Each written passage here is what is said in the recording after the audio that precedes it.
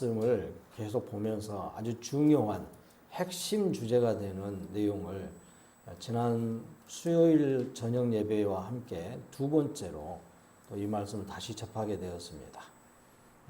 수요일 날 이제 말씀을 들으신 분들은 대략적으로 이제 6장 4절부터 9절에 있는 내용을 중심으로 이제 설명을 했었습니다. 그 내용은 유대인들이 평상시에 지금까지도 그렇게 해왔던 것처럼 여기 신명기 6장 4절부터 9절에 있는 내용을 쉐마라 해가지고 원래 히브리 언어의 4절의 처음 시작 부분이 쉐마입니다. 그 말은 이제 들으라. 영어로 말하면 이제 listen to 이렇게 말합니다. 그러니까 주의 깊게 들으라. 이스라엘 백성들아 이런 말이에요. 그러니까 쉐마 이스라엘 우리는 이제 번역할 때에 이스라엘아 주의 깊게 들으라. 이렇게 이제 번역할 수 있겠죠.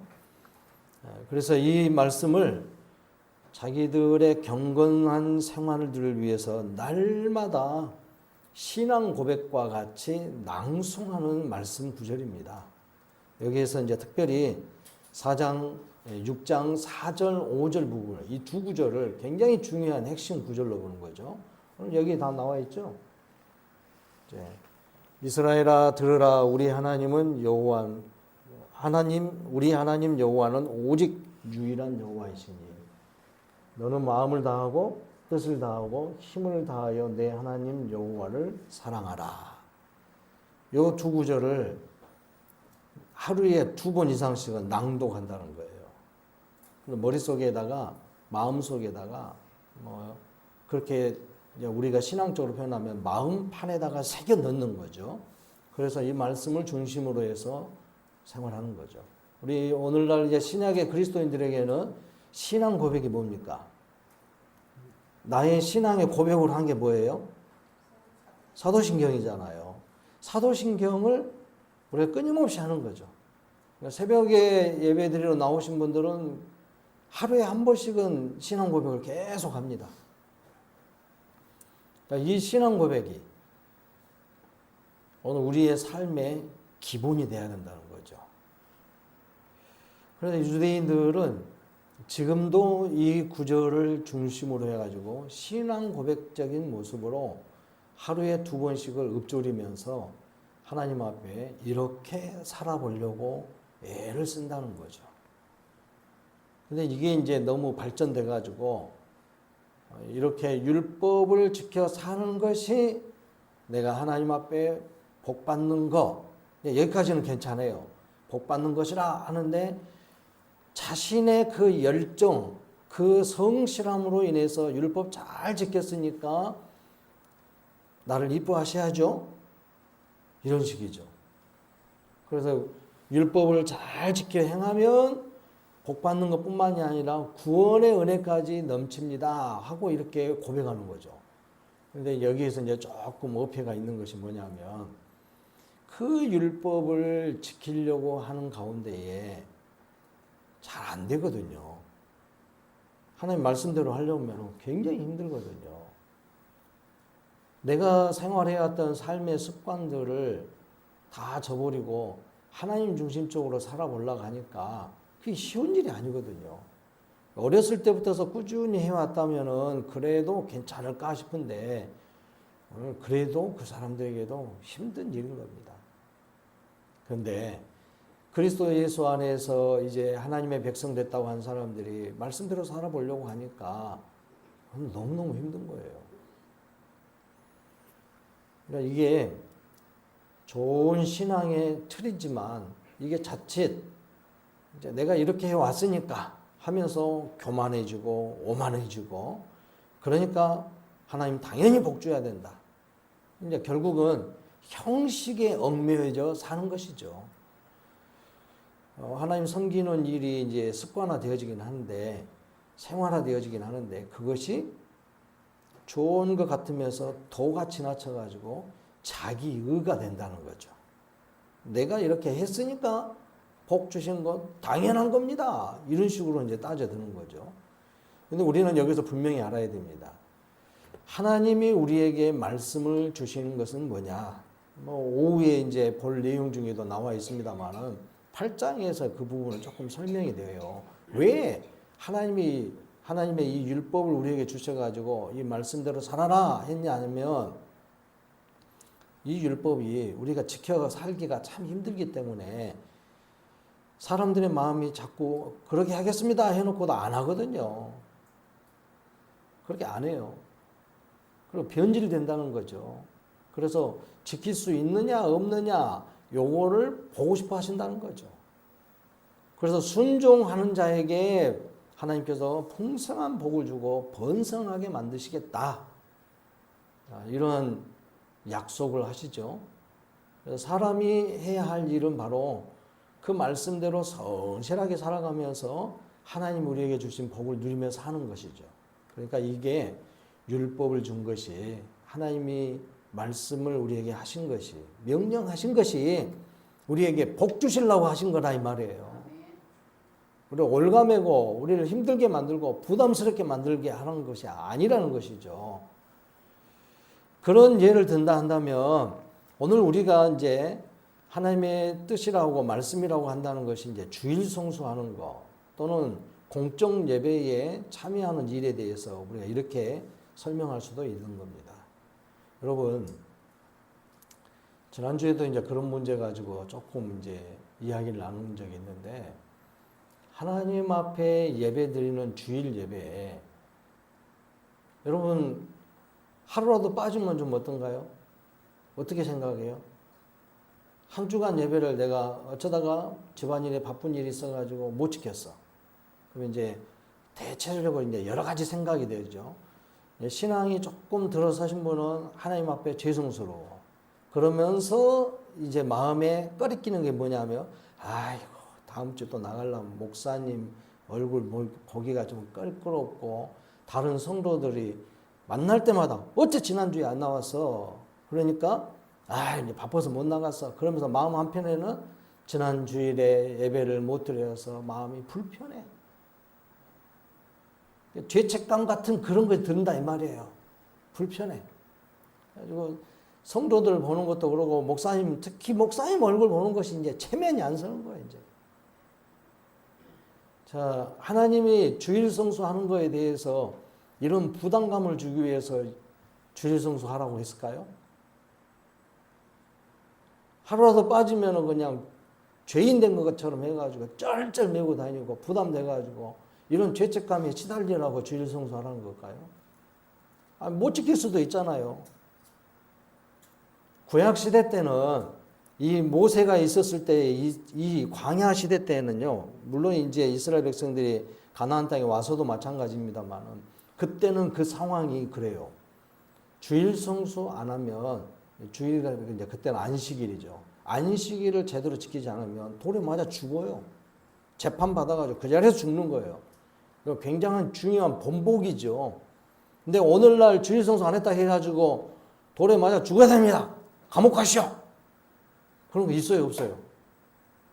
제가 여러분들한테 하루 빠졌다고 한 주간 빠졌다 해가지고 벌금 부르러 갑니까? 교회에서 벌금 있다고 하던가요? 우리 교회 회칙에서? 그런 거 없죠. 그런데 한 주간 빠지면 어때요? 늘 깨림직해. 그게 한두 번이 아니에요, 이제. 그러면 이제 진짜로 얼굴을 못 들 것 같아. 그래가지고 나중에는 여러 차례 자꾸 빠지고 그러면 에이, 마음만 불편하고 그냥 그다음부터는 안 나가볼란다. 또 이상하게 결론이 내려져요. 그럼 왜 그런가요? 우리는 주일 성수를 이렇게 판단해야 돼요. 우리가 주일 예배뿐만이 아니라 다른 예배도 마찬가지입니다. 우리가 이제 예배를 시작하면서 이제 그런 내용들을 이야기했죠.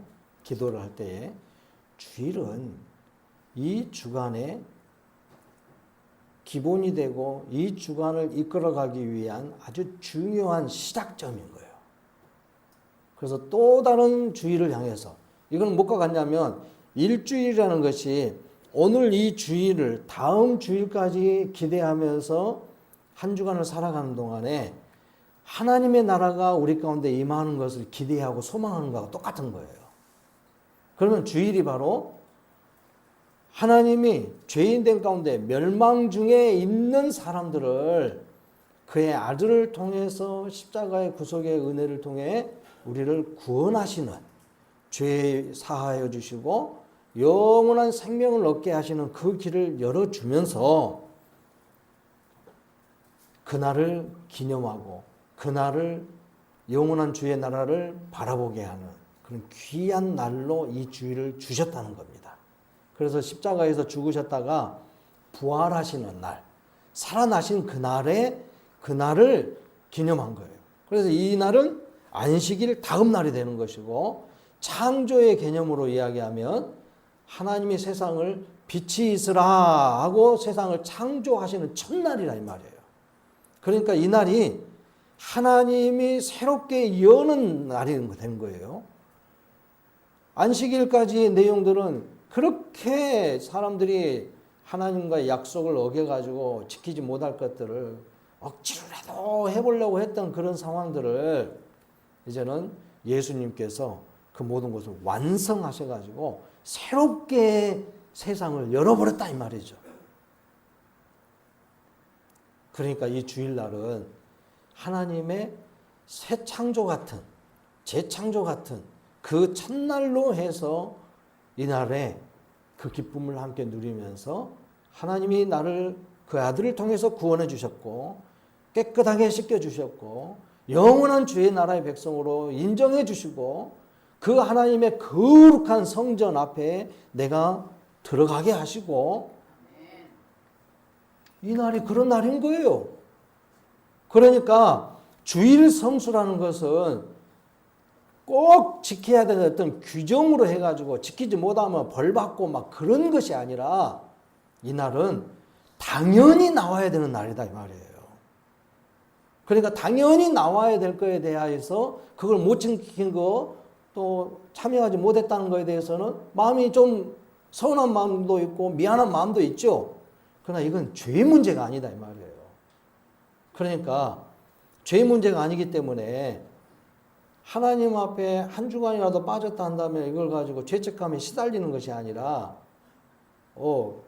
다음 주에 와가지고 아유 지난주에 바빠서 못 나왔습니다. 미안합니다. 하나님 앞에 죄송합니다 하고 그 다음부터는 잘 지키려고 열심히 하면 되는 거예요. 그래서 은혜 안에 사는 거죠. 또다시 죄와 그런 얽매이고 올가매는 그런 것으로 올무에 쌓여가지고 부자연스럽고 늘 불편하게 살고 어렵게 산다는 게 아니에요. 아니 예수님은 십자가에서 죽으셔가지고 살아나시면서 우리에게 자유를 주시고 평강을 주시고 평화를 주시고 영원한 생명을 주셨는데 하나님의 거룩한 백성으로 인정해 주셨는데 언제까지 그 한 번 빠졌다 해가지고 그렇게 끙끙거리면서 살 거냐 이 말이에요. 그래가지고 나중에는 에이 교회 옮길란다 아니면 안 나갈란다 그렇게 할 게 아니라 이거죠. 그렇다고 해서 아이 다음 주에 가서 하나님 앞에 잘못했습니다 하고 다시 잘하면 되지 뭐. 그래가지고 자꾸 빠지라는 걸 말은 아니에요. 또 오해해서 들으면 안 돼. 자, 여러분들이 그렇게 하겠어요? 전쟁터에서 싸우다가 전쟁을 하다가 누군가 나를 겨냥해가지고 총을 쏠라 그러는데 옆에 있는 나의 친구가 그 상황을 알고 나를 구해줬어. 그래서 총을 안 맞게 만든 거예요. 그래서 내 생명을 구해준 거예요. 그럼 내 생명의 은인이 내 친구죠. 옆에 있는 동료가 내 생명의 은인인 거예요. 야, 네가 나를 그렇게 구해줬구나. 고맙다. 그러면서 그 고마운 친구에게 어떻게 대할까요? 어떻게 대할 것 같아요? 저 사람이 굶주리고 있으면 내 거 나눠 먹으려 하고 저 사람이 어렵게 살고 있으면 내가 도와주려 하고 저 사람이 힘든 일을 당하면 내가 옆에서 힘이 되어주고 그렇게 살지 않겠어요? 마음이 항상 고마운 마음에 그렇게 사는 거예요. 이게 하나님 앞에서 그런 모습으로 살아라 이 말이죠. 그래서 주일 성수 모든 예배에 그런 마음을 가지고 참여하는 거예요. 내가 마지못해서 아이고 나도 일이 바빠 죽겠는데 목사님은 또 그냥 직분자들은 알아서 예배 잘 드시오. 나를 힘들게 만들고 막 그게 아니라는 거예요. 여러분 제가 여러분들한테 강조하는 것은 가르치는 거예요. 가르치는 거. 당연히 해야 할 일이니까 가르치는 거거든요. 이렇게 해야 됩니다 하고 그나마 직분까지 세워져서 뭐 이렇게 해야 되는 거 당연한 겁니다. 그렇지 않으면은 어쩌라고요. 그러니까 하나님이 은혜 주신 거에 대해서 당연히 할 일에 대해서 가르치는 거예요. 그러니까 우리는 그렇게 받아들여야 되는 거죠. 그래서 예수 믿으면 이제 하나님 백성 되면 예배에 참여하는 건 당연한 거구나. 그 중에서 주일 예배가 한 주간의 시작점이고 가장 중요하고 기본이 되고 기초가 되는 것이구나. 이렇게 참여하는 거죠. 그래서요, 우리가 오늘 여기에서 우리의 신앙 고백과 같은 이 신명기 6장의 이 말씀을 기본으로 해서 하나님의 뜻대로 그렇게 당연히 섬기면서 살아가게 된다면, 그걸 온전히 그렇게 순종하며 산다면 얼마나 풍성한 복이 임하겠어요. 안 믿어집니까? 우리나라의 모습이 그러거든요. 한국 교회가 초기에는 140년 전에 이 기독교가 19세기 말경에 1884년도에 언더우드 선교사랑 아펜젤러 선교사, 아펜젤러 여기 이제 감리교회 선교사예요. 장로교회 선교사 언더우드, 이 두 분이 미국에 있는 선교사가 우리 한국에 딱 인천항에 도착하면서 복음을 전하면서 시작되어진 이 기독교가, 천주교회 말고요, 이 기독교가 그 전에도 이 외국 선교사들이 오기 전에도 한국의 여러 사람들이 중국을 오가면서 성경을 접하는 일이 많았어요. 그런 와중에 이제 해외 선교사들이 들어와 가지고 복음을 전하면서 말씀 중심의 그런 생활을 했다는 겁니다. 한국 교회가 초기에 그렇게 잘 해오다가 말씀 중심의 교회가, 한국 교회가 자꾸 흐트러져 가지고 뭐 신앙이 이상한 형식으로 변질돼가 버린 거예요. 지금의 한국 교회는요, 다양한 신앙의 형태들이 갖고 있는데 하나님의 성김에 하나님께서 기뻐하시는 온전한 태도가 아니라 이상한 신앙의 형태로 많이 바꿔져 버렸어요. 우리 교회도 여러분들도 과거에는 그런 신앙들을 많이 경험하고 있었을 겁니다. 저도 알아요.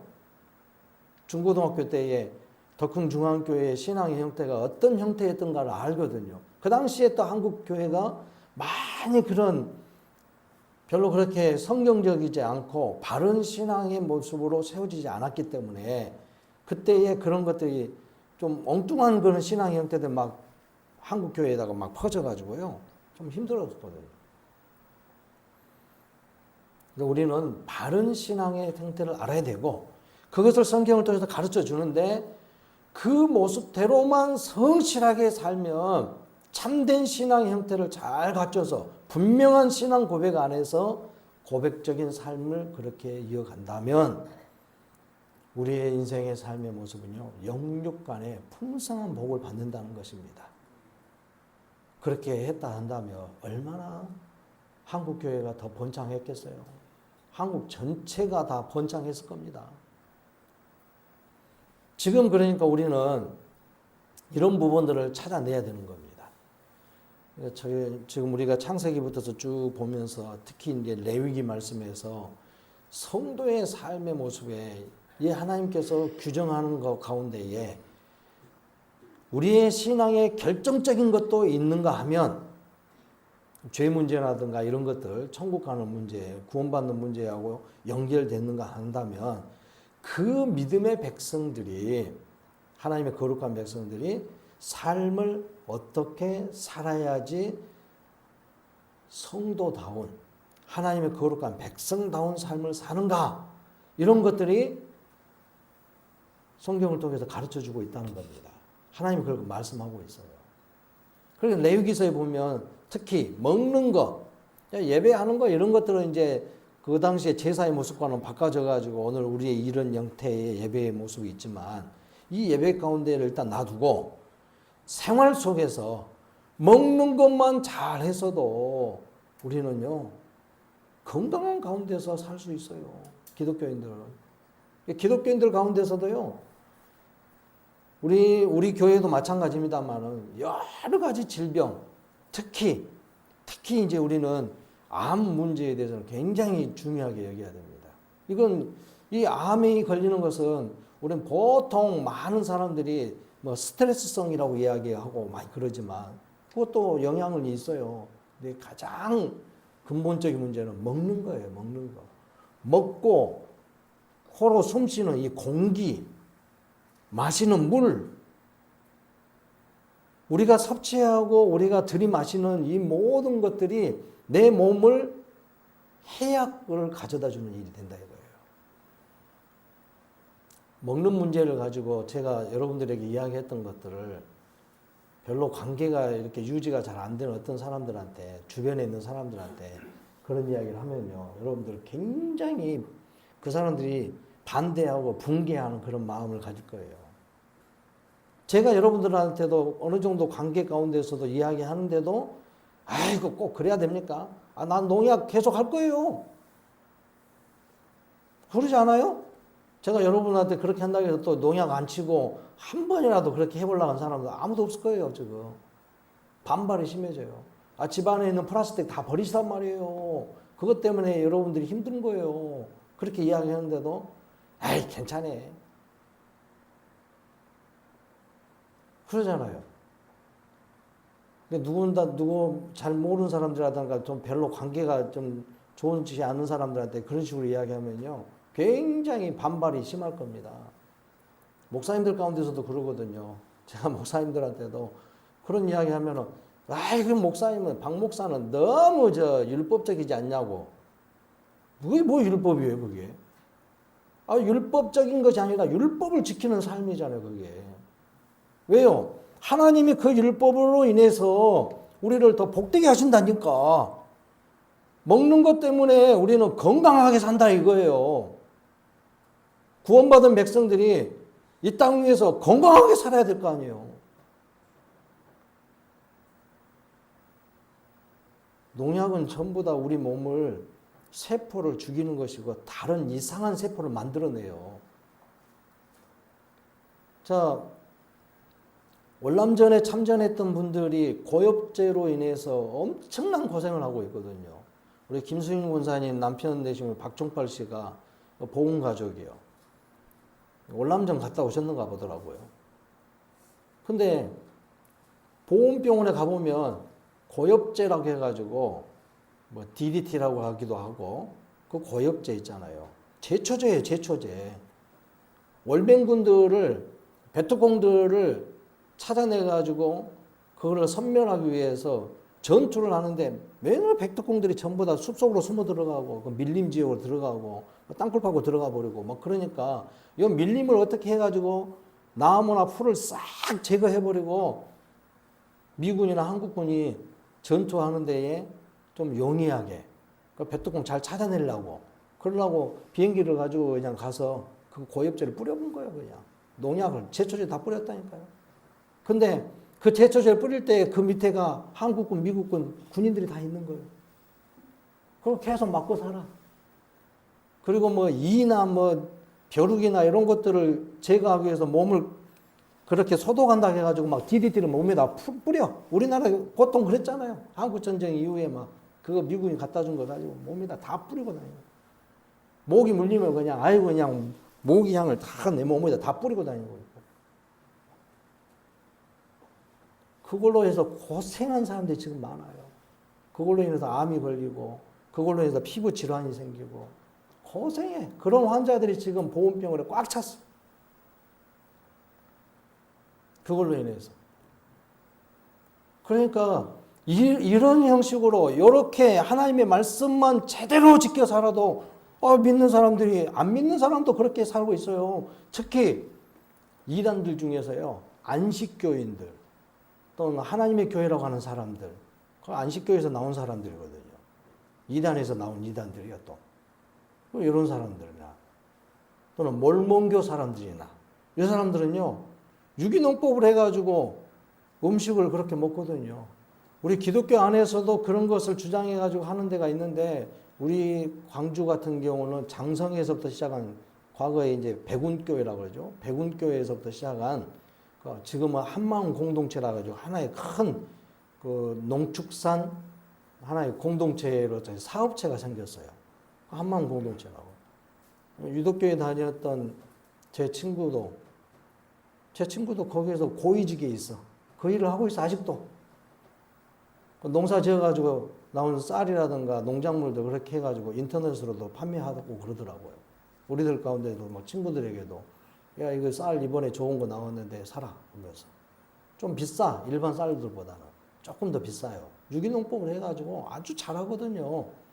그 목사님이 그 동네에서 교회를 개척하면서 그 교회 모든 지역에 있는 동네 사람들하고 협동을 해가지고 하나의 협동 농장을 만들어서 운영을 농사를 지었어요. 그렇게 해요 지금도. 그리스도인들이 그렇게 한다는 거죠. 근데 이단들고 믿지 않는 사람들도 그렇게 한 데가 얼마나 많은지 몰라요. 안식교단에서 운영하는 그런 식당들이 있거든요. 거기 가면요 고기가 없어요. 이거 고기 아니에요? 근데 고기 같은 걸 딱 들여서 보면은 그 콩으로 만든 고기래. 콩고기래, 콩고기. 단백질을 그래도 섭취해야 되니까. 그 사람들 건강합니다. 그리스도인이라고 하는 사람들은 더 많은 질병에 걸려가지고 막 힘들어하고 있는데 그리스도인이 아니라고 하는 이단들은 오히려 더 건강하고 산다니까. 하나님은 하나님의 백성들에게 향해서 복을 주고 번성하게 한다고 했는데 우리는 그렇게 못 사는 거예요. 그러니까 말씀대로만 살았어도 우리는 더 풍성한 은혜를 드리고 번성하며 산다는 겁니다. 빨리 좋은 수확을 얻기 위해서 그래야 된다고. 그래서 그냥 농약 쳐버리고 또 요즘 일본 잡지에서 나온 내용인데요. 일본 잡지에서 나온 거예요. 일본 사람들도 그렇게 해갖고 농사하면서 엄청난 피해를 많이 봤거든요. 산업화 때문에도 그러고 어떤 것이 나왔냐면 어떤 집에 어린 아이가 한 열 몇 살밖에 안 된 애가 일본 사람들은 어때요? 물고기 많이 먹잖아요. 회를 어떻게 그렇게 좋아하는지 매 끼니 때마다 회를 먹는 거예요. 근데 얘가 몇 달 안 돼가지고 중금속에 오염돼가지고 죽었어요. 왜 죽었냐 했더니 이 아이가 왜 이렇게 죽는데 아무 질병이 없었는데 죽은 거예요. 근데 나중에 부검해서 보니까 온 몸에 중금속이 오염되어 있는 거예요. 그리고 병원마다 여자아이들이 많이 찾아오면서 이제 초등학교 한 4살 정도밖에 안 되는 10살, 11살 된 애들이 막 가슴이 커졌나 본다. 생리가 있어. 보통 여자들 생리가 시작된다면 13살? 그때 좀 빠르면 12살이겠죠. 근데 10살도 안 돼갖고 생리가 생긴 애들이 막 찾아오는 거예요. 왜 그런가 했더니 이 아이들이 성장 호르몬이 지금 우리는 뭐 영양제라고 줘요. 과수원에 가보면요. 뭘 막 뿌리고 있어.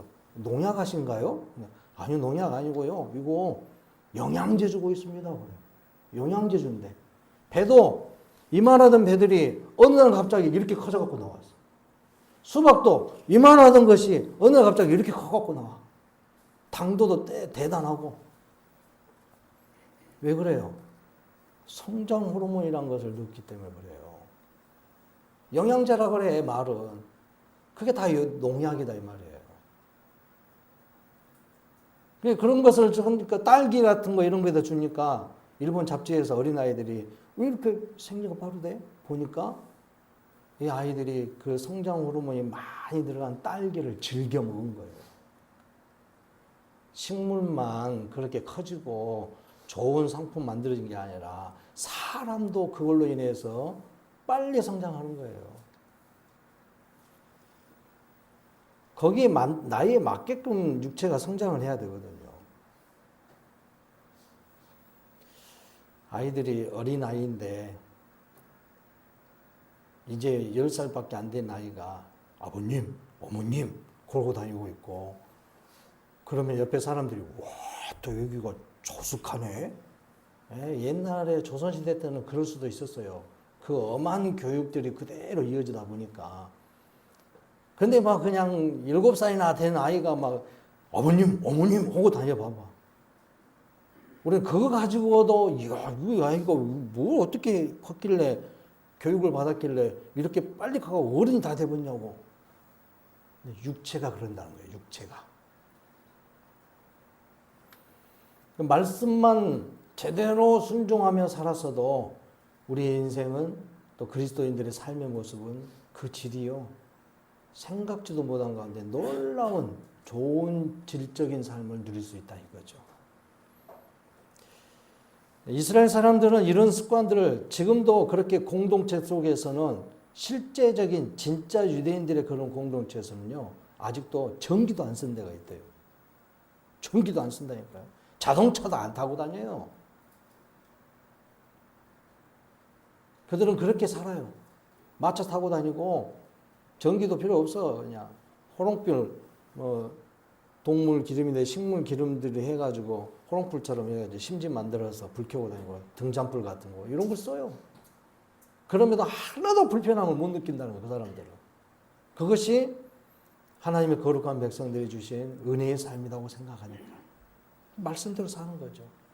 우리가 생각할 때 그 사람들 아이고 미개인들, 원시인들 막 이렇게 생각할 수 있지만요, 하나님은 그런 걸 가지고 사람이 구원받는다 이런 건 정하신 거 아니에요. 하나님의 말씀 앞에서 성실한 사람들에게 구원이 있고 그 복이 임한다는 것이죠. 우리 그리스도인들은 이런 부분들을 좀 더 생각해 볼 필요가 있다는 것입니다. 이렇게 해서 하나님은 이 규정들을 가지고 설명하시면서 오늘 이스라엘 백성들에게 이렇게 설명하죠. 너희 하나님 여호와께서 너희에게 가르치라고 명하신 명령과 규례와 법도라. 그러면서 너희가 건너가서 차지할 땅에서 행할 것이니, 곧 너와 내 아들과 내 손자들이 평생에 내 하나님 여호와를 경외하며 내가 너희에게 명한 그 모든 규례와 명령을 지키게 하기 위한 것이며 또 내 나를 장구하게 하기 위한 것이라. 하나님의 이 복을 주신 것은 우리가 더 풍성한 삶을 누릴 수 있는 복을 주시려고 주신 법이다 이 말이에요. 그렇게 된다면 이 말씀을 듣는 우리들은 어떻게 한가요? 더 풍성한 그런 복된 삶을 우리가 그리스도 안에서 누린다는 것. 물론 천국에서도 주어져 있지만 이 땅 위에서도 그 삶을 누릴 수 있다는 것은 말씀의 법 앞에서 순종할 때 나타나는 것이다 이거죠. 그러면은 이 말씀을, 우리가 하나님 주신 말씀을 그 명령대로 실천하며 살아야 되겠어요? 아니면 그냥 대충 하고 살아야 되겠어요? 대충 하고 산다는 이 소리군요. 네. 봐요. 우리가 지금 대답을 빨리 못 하잖아. 잘 못 들어서 그런 겁니까? 아니면은 자신이 없어서 그런 겁니까? 아마 우리는 대부분이 여기서는 아멘 하고 나가더라도 자신이 없어. 실제 진짜 자신이 없어요. 막상 바꾸려고 하니까 안 돼. 너무 어려워요. 그리고 또 그나마 헤어놓은 곳이 있다고 생각하니까. 지금 내 앞에 어떤 이득을 생각하면 그건 쉬운 일이 아니죠. 근데 하나님은 분명하게 말합니다. 하나님이 약속한 땅 들어간다. 들어가는데 지금부터서 들어갈 때도 마찬가지지만 지금도 그 말씀대로 성실하게 행하여라. 그래서 그 땅에 들어가서는 더더욱 그래야 된다. 그렇지 않으면 어렵다는 거예요. 너무 힘들다는 거죠. 그러니까 지금부터 해야 돼. 지금부터. 이렇게 모세가 지금 재차 설명한 거, 이미 시내산부터서 설명이 되어졌고 선포되어졌던 말씀을 이제 출애굽의 2세대들에게 향해서 이제는 너희들이 가나안 땅에 들어갈 건데 지금까지 해왔던 대로 더 성실한 모습으로 이제는 그 땅에서 가나안 땅에 들어가서는 그렇게 해야 된다. 말씀대로 살아야 된다.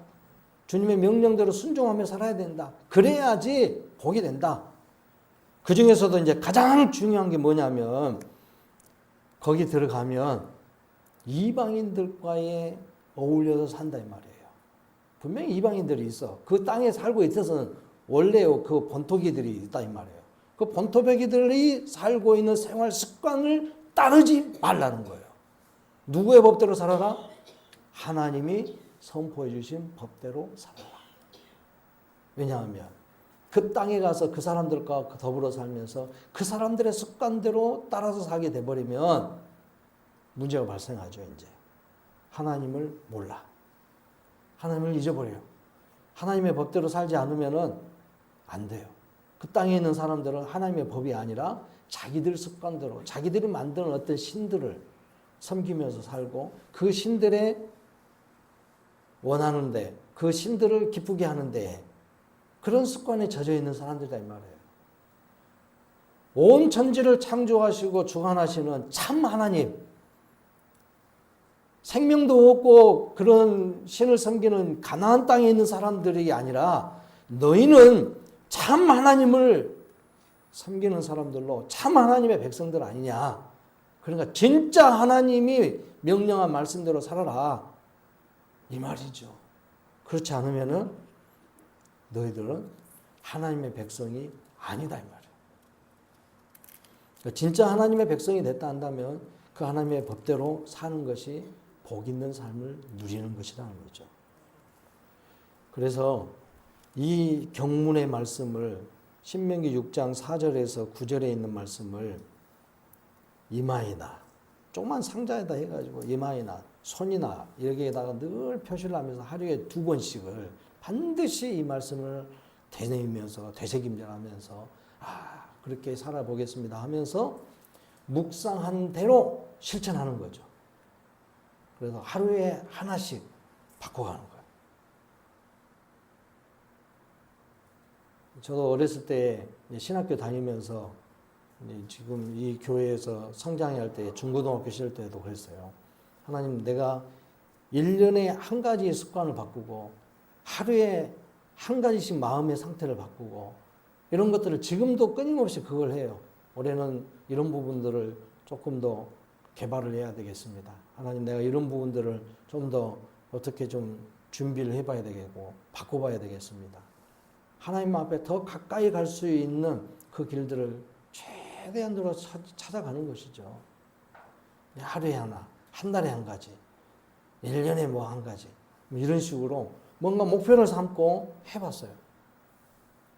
여러분, 우리 하나님의 말씀대로 성실하게 살아보려고 하는 우리의 삶의 습관들을 주님의 말씀대로 어떻게 잘 준행할 수 있을까?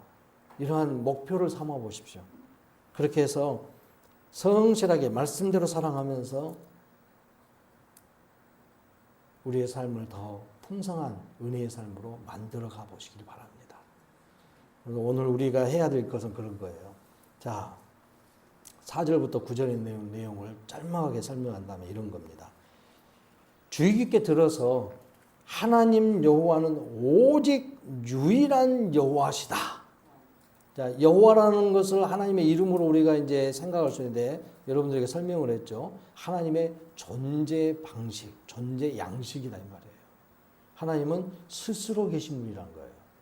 이름이라기보다는 하나님의 존재의 모습을 보여주는 용어다 이 말입니다. 여호와 또는 야훼라고도 불러요. 감리교나 뭐 순복음교단에서는 야훼로 이제 번역해서 부르기도 합니다. 스스로 계신 분이다. 우리가 믿고 있는 하나님은 사람이 만들고 사람이 조각해서 세운 그런 신이 아니다 이 말이에요. 하나님이 스스로 계신 분이에요. 오직 유일하다는 거예요. 유일해요. 유일. 이 세상에는 하나님, 우리가 섬기는 성삼위 하나님, 이 하나님 말고는 없다 이 말이에요. 다른 신은 없어요. 귀신? 그건 신이 아니에요. 귀신은 타락한 천사들이에요. 사단의 쫄개들, 악마들, 악한 영들 이렇게 봐야 되죠. 신이 아니에요. 무서워할 것도 아니죠. 그러니까 두려움의 대상이 아니에요. 우리는 가장 두려워할 것이 하나님이시죠. 그 하나님을 우리는 섬기는 겁니다. 그래서 마음을 다하고 뜻을 다하고 힘을 다한다. 우리의 전 인격이 우리의 지적인 것을 동원해서 우리의 감정을 동원해서 우리의 의지를 동원해서 우리의 전 인격이 영육이 다 함께 동일한 모습으로 하나님을 섬기는 거죠. 사랑하라 이 말이에요. 섬기라 이 말이에요. 이걸 예수님은 여기다 한마디를 덧붙였어요. 마음을 다하고 뜻을 다하고 힘을 다하고 여기에 한마디 덧붙였어. 우리가 하나님을 섬기는 일에는 이렇게 뜨거운 열정을 가지고 전인격이 집중해서 해야 되는 거예요. 그러니까 그런 가운데 이 예배라든가 이런 모든 신앙의 삶의 흐름들이 다 하나님이 기뻐하시는 곳에다가 집중하는 거죠. 그래서 이 하나님의 말씀을 어떻게 하라냐. 6절에 보니까 이 말씀을 너는 마음에 새기고. 사람들이 자꾸 잊어버리거든요. 그러니까 이스라엘 백성들이 지금 이 출애굽의 2세대들이 이 말씀을 들으면서 깨닫는 거예요. 마음에 새기라. 왜 마음에 새겨야 되냐? 마음판에다가 새겨 넣어야 돼. 돌판에다 새기지 말고, 돌판에다 새기는 것은 돌이 그렇게 된 걸로 이제 끝나버릴 수도 있어요. 그러니까 하나님이 시내의 산에서 돌판에다 증거의 돌판에다가 그렇게 기록해가 주셨다면 그것을 이제는 우리의 마음에다가 심어야 된다는 거예요. 마음에다 새겨 넣어야 돼. 우리의 신비에 새겨 넣은 그 말씀을 늘 되새김질하는 거예요. 날마다 매 순간마다 되새김질하면서 하나님의 말씀을 기억하고 그 말씀이 내 삶 속에다 계속 적용되게 하는 거죠. 왜냐? 우리의 죄성의 모습은요, 자꾸 하나님을 잊어버리거든요. 내 육체의 삶에다가 집중하다 보니까 자꾸 하나님을 잊어버려. 하나님의 뜻을 잊어버리고 말씀을 잊어버려요. 그래서 내 습관대로, 내 생각대로 자꾸 나가버리는 거예요. 세상의 흐름과 그 환경에 따라서 자꾸 바꿔져 버리거든요. 그러니까 결정하고 갈등하는 그 순간에 하나님의 말씀을 생각 안 해버리고 내 습관, 내 환경, 내 여건에 맞춰가지고 결단하고 그렇게 결정해서 살아갈 수도 있다는 거예요. 하나님의 말씀을 절대로 잊어버리지 않고 그 말씀이 내 삶의 규정이 되게끔 마음판에다 새겨 넣는 거죠. 늘 그래서 생각나게 하는 거죠. 그리고 그렇게 실천해 나간다는 것입니다. 이런 것을 어떻게 하라고요? 자녀들에게도 부지런히 가르치래요. 나 혼자만으로 해서 끝날 것이 아니거든요. 왜요? 자자손손이 우리는 복을 누리며 살아야 되지 않겠어요?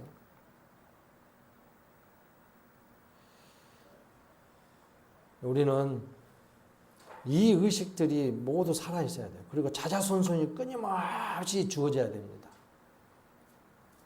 자녀들이 사는 거 요즘은 그 미국에 그런 문화가 와가지고 자녀들에게도 이제 더 이상 잔소리도 안 하려고 하고 막 그럽니다만은 요 문제만큼은 잔소리 해야 돼요. 신앙의 문제만큼은. 자기들이 알아서 한다고 하는데 안 하거든요. 어렸을 때부터서 훈련을 시켜서도 잘 안 될 때가 많아요.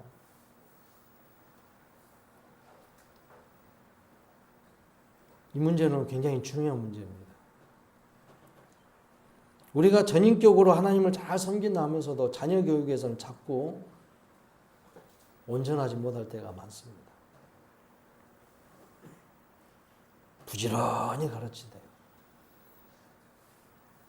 대조하면서 그러죠. 집에 있을 때든지 길을 갈 때든지 누워 있을 때든지 일어날 때든지 어떤 순간이든지 하나님의 말씀을 강론하는 일에 집중하는 것이죠. 잔소리가 되면서도 말을 가르쳐 주는데도 자녀들은 그만 잔소리 하라고 하지 자기가 알아서 한다고 하는데 자기가 알아서 하지도 않잖아요. 그리고 하나님을 떠나버려요. 하나님을 떠나는 것이 그게 이제 사망의 길로 가버리는 것이죠. 얼마나 안타깝습니까? 우리에게 주는 자녀들은 하나님께서 하나님을 섬기는 너의 신앙보다도 더 훌륭하게 잘 키워보라는 거거든요. 근데 그 사명을 우리는 자꾸 망각할 때가 많아. 세상에서 잘 먹고 잘 사면 뭐해? 영원한 멸망으로 떨어지는데.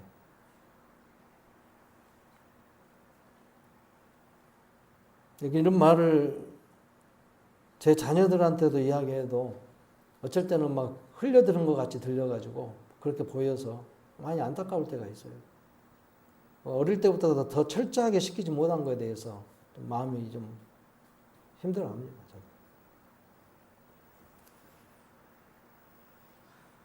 이러한 것을 그래서 매 순간마다 기억나게 하기 위해서 이마에다가 손에다가 표를 삼아가지고 그것도 부족해가지고 집집마다 앞에다가 매주자락 해가지고 이 경문의 말씀을 기록해서 집안에 들락거리면서 현관문이 이제 바깥문에다가 매달아 놓고 늘 되새김질하면서 사는 거예요.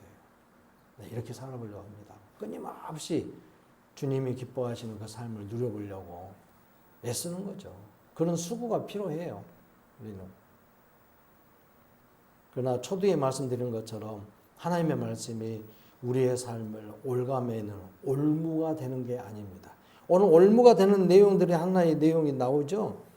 젖과 꿀이 흐르는 땅으로 하나님께서 인도하시는데 그 가나안 땅에서 살고 있는 원주민들과의 섞어서 살 때에 자칫 그들의 문화와 그들의 습관에 따라가다 보면 그들과 섞어지게 되면 뒤에 나옵니다마는 불순종에 대한 경고가 나온 거예요.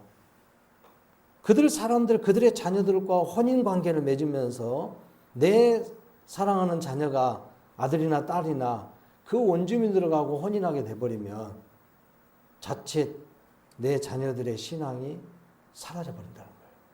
이게 굉장히 중요한 염려거리라는 거죠. 그러니까 아예 그 원주민들과의 혼인 관계를 맺지 말라. 그것뿐만이 아니죠. 자녀들과의 혼인 관계만 맺지 말라는 말이 아니라 모든 생활 속에서 같이 살기는 하더라도 만나긴 하고 뭐 어울릴 수는 있겠죠. 그러나 그들의 생활 습관에 함께 어울리지 말라는 거예요. 제가 군대에서 그런 것이 경험을 한 적이 있거든요. 아이고, 부처에 일하는 그 상관이 이제 소령이에요. 과장님이라고 해가지고 소령인데, 꼭 회식을 이제 자기 처부에 그 회식을 한다고 하면서 한 달에 한 번씩 하면서 밖에 데리고 나가고 술자리를 만들잖아요. 그러면서 박성아, 너 하나님 믿는다 하더라도 에이 뭐 술 한 잔 정도면 괜찮잖아. 자꾸 저한테 꼭 한 번씩 권유를 해요. 권유를 해. 안 마십니다. 근데 한 번 딱 마시고 나면 그게 올무가 돼요. 올무가. 너 지난번에도 마시더만 또 마셔. 그렇게 한단 말이에요. 그러니까 상관이 명령하면 마셔야지 그러더라고요. 그러니까 여기는 지금 업무 시간도 끝나고 업무 시간도 끝났지 않습니까? 근데 무슨 거기서 그 이야기 하시면 안 되죠? 그러면서 안 마셨어요. 이것 봐라 그러더라고 또 화를 내면서. 그래도 그분이 성품이 좋은 분이라 그렇게 지나갔습니다만은 여러분 세상의 어떤 일에 대해서 한번 하게 되면은 올무가 돼가지고 바꾸기가 힘들어져요. 나중에는 쉽지 않습니다. 그런 얘기가 그러잖아요.